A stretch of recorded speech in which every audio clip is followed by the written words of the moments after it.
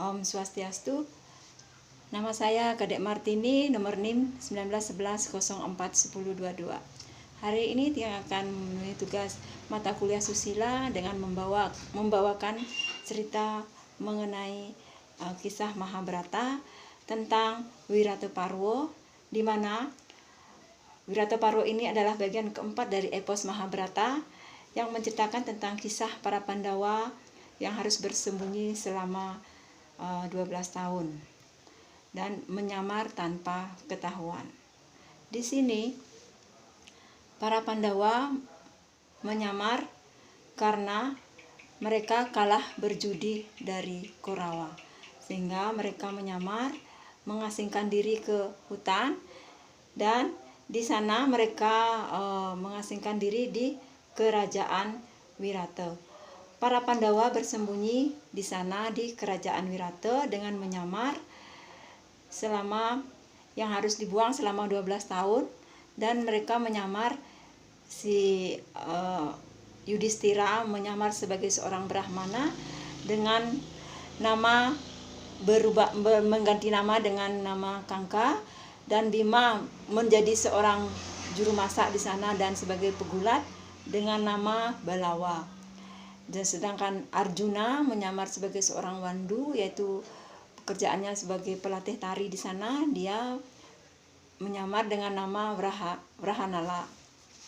Nah, sampai ada Nakula Sahadewa. Nakula menyamar sebagai seorang pengembala kuda, dan Sahadewa menyamar sebagai seorang pengembala sapi. Nakula dengan nama Grantika dan Sahadewa bernama Tantipala.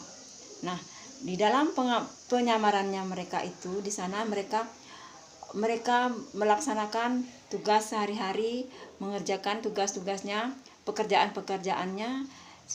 Brahma Yudhistira melaksanakan pekerjaannya sebagai seorang Brahmana. Dia menularkan ilmunya kepada masyarakat di sana. Dan begitu juga dengan Bima, Arjuna yang melatih tari di sana. Alkisah setelah sekian lama di sana, di sini juga yang sampaikan Drupadi di sini juga menyamar sebagai seorang penata rias yang bernama Sarindri. Dia melayani Ratu Sudesna di sana. Alkisah Patih Wirata, yaitu Kicaka jatuh cinta dengan Drupadi yang bernama Sarindri di sini, dan ingin dia menikahi Drupadi atau Sarindri di sini. Lalu karena mereka dalam penyamaran, akhirnya Balawa atau Bima di sini melawan Patih Kicaka ini. Dia melawan ini sehingga Patih tersebut meninggal. Nah, disinilah Trigarta kemudian datang dari Trigarta membujuk para Korawa atas kematian dari Kicaka ini. Dia membujuk para Korawa untuk menyerang atau menyerbu kerajaan Wirata tersebut, yang kita tahu dalam keadaan yang lemah. Maka dalam penyerbuan ini lalu negeri Wirata diserang oleh para Korawa dari Astina. Karena para Pandawa bernaung di kerajaan Wirata, maka sudah barang tentu para Pandawa pun ikut membela kerajaan Wirata di sini. Disinilah orang-orang Korawa dikalahkan oleh para Pandawa, dan hampir saja penyamaran mereka, para Pandawa, hampir saja ketahuan dalam persembunyian tersebut. Tetapi mereka dalam persembunyiannya ini sudah genap ada 1 tahun, jadi tidak menjadi masalah karena mereka dalam penyamarannya sudah melewati masa yang ditentukan. Dan di sini pun di cerita Wirataparwa ini diakhiri dengan kisah, yaitu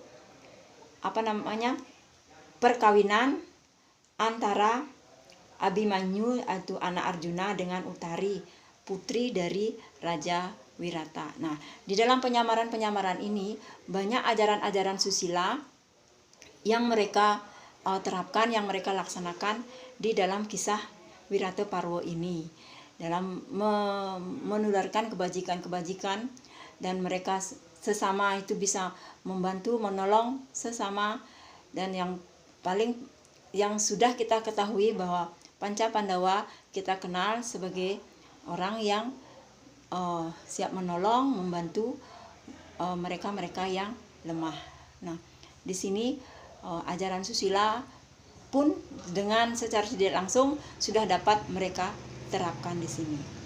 Ini demikian cerita Tiang yang singkat mengenai Wirata Parwo dengan kisah bagian dari cerita penyamaran dari Panca Pandawa.